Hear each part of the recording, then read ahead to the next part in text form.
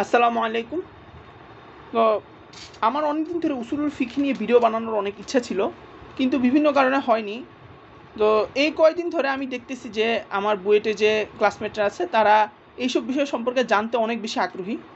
তো তাদের আগ্রহ মেটানোর জন্য আমি সিদ্ধান্ত নিয়েছি যে উসুলুল ফিকহের উপরে আমি বেশ কয়েকটা ভিডিও বানাবো। তো এইসব ভিডিও বানানোর জন্য আমি মূলত দুইটা বইয়ের সাহায্য নিব। এক নম্বর হলো মাওলানা আব্দুল করিম জায়দানের আল ওয়াজিজ, এবং আমাদের কওমি নেসাবের বিখ্যাত বই নুরুল আনোয়ার, এই দুইটা বইয়ের সাহায্য নিব। তবে এই দুইটা বই যদি কারো কাছে না থাকে তাহলে আশা করি এই ভিডিওগুলো দেখতে কারো তেমন একটা অসুবিধা হবে না।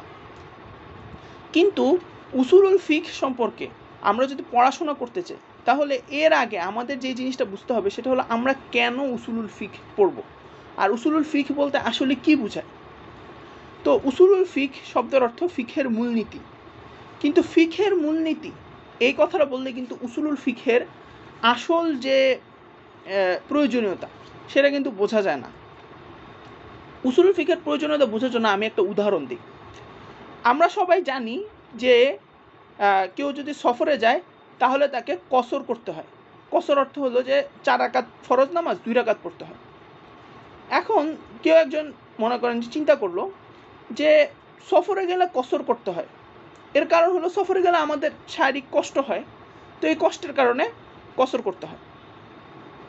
তাহলে এখন সে চিন্তা করলো যে তাহলে মানুষ অসুস্থ হলেও তো তার শারীরিক কষ্ট হয়, তাহলে কেউ যদি অসুস্থ হয় তাহলেও তাকে সে কসর করতে পারবে চাইলে। কিন্তু আমরা সবাই জানি যে বিষয়টা কিন্তু ভুল। সে যে দলিলের ভিত্তিতে বলেছে যে অসুস্থ হলেও মানুষ কসর করতে পারবে, সেই দলিলটা কিন্তু গ্রহণযোগ্য না। কিন্তু প্রশ্নটা হলো কেন গ্রহণযোগ্য না। তো উসুলুল ফিকহে আমরা যে জিনিসটা জানবো, প্রথম যে জিনিসটা জানবো সেটা হলো যে একটা দলিল, হ্যাঁ, সেটা গ্রহণযোগ্য কি না গ্রহণযোগ্য না, কোনো দলিলের গ্রহণযোগ্যতা নির্ণয় করার মূলনীতি কী, এই মূলনীতিটা জানা হলো উসুলুল ফিকহের 1 নাম্বার উদ্দেশ্য। ঠিক আছে, উসুলুল ফিকহ পড়ার 2 নাম্বার উদ্দেশ্য হলো যে যেই কোনো কথা, সেটা কোরআন হাদিসের কথা হতে পারে, একজন মানুষের কথা হতে পারে, ও কোরআন হাদিস ব্যতীত অন্য যেসব সরকারি আইন আছে সেগুলোর কথা হতে পারে। এই যে কোনো ধরনের কথাকে আমরা কিভাবে ইন্টারপ্রেট করব, কিভাবে সেটাকে বাস্তব জীবনে প্রয়োগ করব, সেইটা বোঝা হলো উসুলুল ফিকহের 2 নাম্বার উদ্দেশ্য। এটা একটা উদাহরণ দিয়ে বোঝাই। সেটা হলো আমাদের দেশের সরকারি আইন অনুযায়ী 18 বছর বয়সের নিচে কেউ বিয়ে করতে পারবে না। এটা ইসলামী আইন না, আমাদের দেশের সরকারি আইন। তো আমরা জিনিসটা বোঝার সহজার্থে আমরা সরকারি আইনের থেকে একটা উদাহরণ দিচ্ছি। তো আমাদের দেশের সরকারি আইন হলো যে 18 বছর বয়সের নিচে কেউ বিয়ে করতে পারবে না। তাহলে এখন তোমার কাছে যদি কেউ জিজ্ঞাসা করে, বা আপনার কাছে যদি কেউ জিজ্ঞাসা করে যে একজনের বয়স 17 বছর 324 দিন বা 364 দিন, সে কি বিয়ে করতে পারবে আমাদের দেশের সরকারি আইন অনুযায়ী, তাহলে আপনার উত্তর হবে যে না, সে পারবে না। কারণ 18 বছর এই শব্দটার কিন্তু একটা নির্দিষ্ট অর্থ আছে, এবং বিয়ে এই শব্দটার কিন্তু একটা নির্দিষ্ট অর্থ আছে। আর 17 বছর 364 দিন আর 18 বছর এই জিনিসটা, এই দুইটা জিনিস সমান না।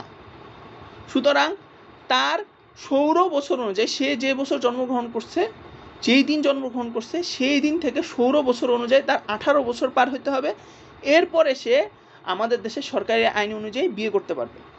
তো এই জিনিসগুলো কিন্তু, এই জিনিসটা আসলে বুঝতে অনেকের কাছে সহজ মনে হতে পারে, যে অনেকের কাছে এটা মনে হতে পারে যে এইটা আলাদা করে, এইটা নিয়ে একটা শাস্ত্র, এই সহজ জিনিস বোঝার জন্য আলাদা করে একটা শাস্ত্র তৈরি করার কি দরকার। আসলে বিষয়টা কিন্তু এত সহজ না। আমরা যদি উসুলুল ফিকহের ভিতরে যাই তাহলে কিন্তু আমরা এই জিনিসগুলো সম্পর্কে, এই জিনিসটা সম্পর্কে বুঝতে পারবো যে কেন আমাদের আলাদা একটা শাস্ত্রই তৈরি করতে হয়েছে যে মানুষের কথাকে কিভাবে ইন্টারপ্রেট করতে হবে। এটা আরেকটা উদাহরণ দিলে আমার কাছে মনে হয় আপনি ভালোভাবে বুঝতে পারবেন। যেরকম এক নাস্তিক সে মন্তব্য করছে যে ইসলামে মেয়েদেরকে পর্দা করতে, বাইরে যাওয়ার পরে পর্দা করতে বলা হয়েছে। হ্যাঁ, তো তাহলে ইসলামে যে পর্দা করতে বলা হয়েছে, কারণ মুসলিমরা সবাই মেয়ে দেখলেই তারা নিজেদেরকে কন্ট্রোল করতে পারে না, তাই ইসলামে এই ধরনের নিয়মকানুন করা হয়েছে। অথচ ইসলামে কি কোথাও এটা বলা হয়েছে, বা ইসলামে যেসব কথা বলা হয়েছে সেটা কি সেই কোনো কথাকে কি এইভাবে ইন্টারপ্রেট করা যায়, এইভাবে সেটার অনুবাদ করা যায়, এইভাবে সেটাকে প্রয়োগ করা যায়? যাদের ইসলাম সম্পর্কে ধারণা আছে তারা কিন্তু বলতে পারবে যে না, যায় না।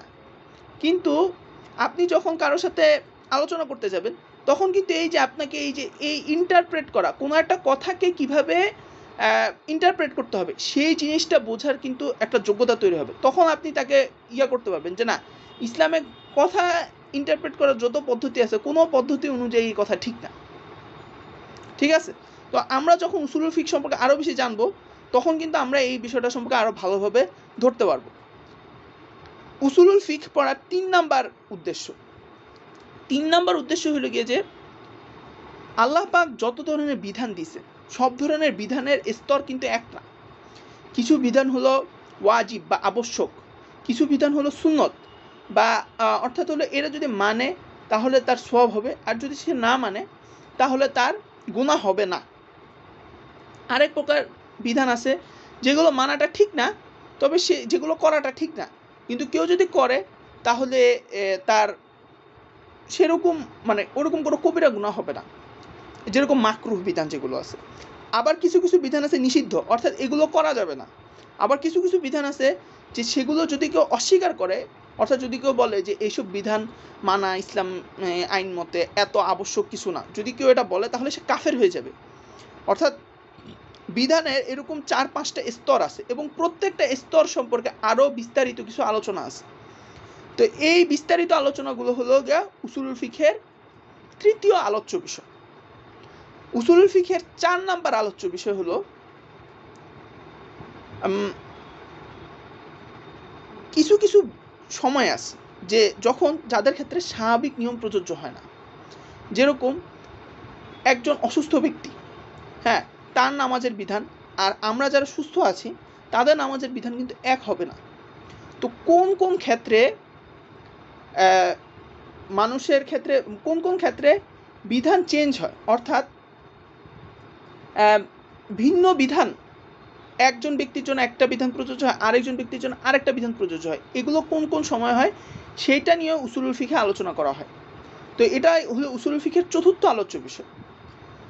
আর উসুলুল ফিকহের 5ম যে আলোচ্য বিষয় আছে, যেটা এই 5ম আলোচ্য বিষয়টা হলো মাকাসিদুশ শরিয়া। এই মাকাসিদুশ শরিয়া এই জিনিসটা কিন্তু খুব ব্যাপক, এবং এই জিনিসটা বোঝা একটু কঠিন।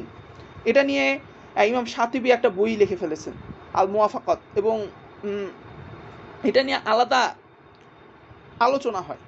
তো আমরা এই মাকাসিদে শরিয়া বলতে কি বুঝাই এটা পুরোপুরি আলোচনা করব না, তবে মাকাসিদে শরিয়া মূলত কি, এটার একটা কিছু ধারণা দেওয়া যেতে পারে। যেরকম ইসলামী আইনে কিছু মূলনীতি আছে, এই মূলনীতিগুলো হলো যেরকম ইসলামী আইনে কিছু মূলনীতি আছে, যেরকম যদি কোনো বিধান মানতে মানুষের খুবই কষ্ট হয়, যে প্রায় সেটা তার পক্ষে অসম্ভব মানা, তো এরকম ক্ষেত্রে অনেক ক্ষেত্রে ইসলামে কিছু ছাড় দেওয়া হয়। তারপরে হলো গিয়া এরকম অনেক বিধান আছে, যেরকম কিছু বিধান আছে যেটা এই জন্য প্রণয়ন করা হয়েছে যে এইটা মানলে হ্যাঁ অল্প কিছু ক্ষতি হবে, কিন্তু এর দ্বারা অনেক বড় একটা ক্ষতিকে প্রতিরোধ করা যাবে। যেরকম যদি কেউ খুন করে, একজন যদি কেউ খুন করে, তাহলে ইসলামী বিধান হলো যে খুনিকে হত্যা করতে হবে বা কিসাস করতে হবে। তো এখন যখন আমি কিসাসের বিধানকে প্রয়োগ করলাম, তখন কিন্তু একজন মানুষের জীবন চলে যাচ্ছে, এটা কিন্তু একটা ক্ষতি। কিন্তু এই একজন মানুষের থেকে কিসাস নেওয়ার বিনিময়ে আরও অনেক মানুষের জীবন রক্ষা পাবে। তো এই যে অল্প ক্ষতিকে বড় গ্রহণ করে নেওয়ার বিনিময়ে বড় ক্ষতি থেকে বাঁচা, এটাও কিন্তু ইসলামের একটা মূলনীতি। তো এরকম আরও অনেকগুলো মূলনীতি আছে ইসলামে। এইসব মূলনীতি হলো মাকাসিদে শরিয়ার অন্তর্ভুক্ত। তো ইনশাল্লাহ, তো এই 5টাই হলো গিয়ে মূলত উসুলুল ফিকহের মূল আলোচ্য বিষয় বা উসুলুল ফিকহে মূলত এই 5টা জিনিস নিয়ে পড়ানো হয় বা আলোচনা করা হয়। ইনশাল্লাহ আমরা আমাদের পরবর্তী ভিডিওগুলোতে এই জিনিসগুলো নিয়ে আরও বিস্তারিত জানবো। তো উসুলুল ফিকহে কিন্তু এই 5টা বিষয় ছাড়া আরও কিছু ছোটোখাটো বিষয় পড়ানো হয়, তবে সেগুলো নিয়ে আমরা আর এই ভিডিওতে সেভাবে আলোচনা করব না। তো সংক্ষেপে বলতে গেলে এই 5টা বিষয় হলো: 1, কোনো একটা দলিল সেটা গ্রহণযোগ্য নাকি গ্রহণযোগ্য না সেটা বোঝা। 2, কোনো একটা কথাকে কিভাবে ইন্টারপ্রেট করতে হবে এবং সেই কথাকে কিভাবে বাস্তবে প্রয়োগ করতে হবে সেটা বোঝা। 3, আল্লাহ পাক যত ধরনের বিধান দিয়েছে সেই বিধানগুলোর স্তর, প্রকারভেদ এবং সেই বিধানগুলো সম্পর্কে বিস্তারিত জানা। 4, বিভিন্ন সময় যেসব ক্ষেত্রে মানুষের জন্য স্বাভাবিক নিয়ম প্রযোজ্য হয় না সেই সব ক্ষেত্রগুলো বোঝা। আর 5 হলো মাকাসিদে শরিয়াত সম্পর্কে বোঝা। তো আজকের ভিডিও এই পর্যন্তই। আশা করি ইনশাআল্লাহ সবার কাছে এই ভিডিওটি ভালো লেগেছে। যদি ভালো লেগে থাকে তাহলে অবশ্যই আমার জন্য দোয়া করবেন, এবং যদি চ্যানেলটি ভালো লেগে থাকে তাহলে সাবস্ক্রাইব করার অনুরোধ রইল। তাহলে আজকে পর্যন্তই। আসসালামু আলাইকুম।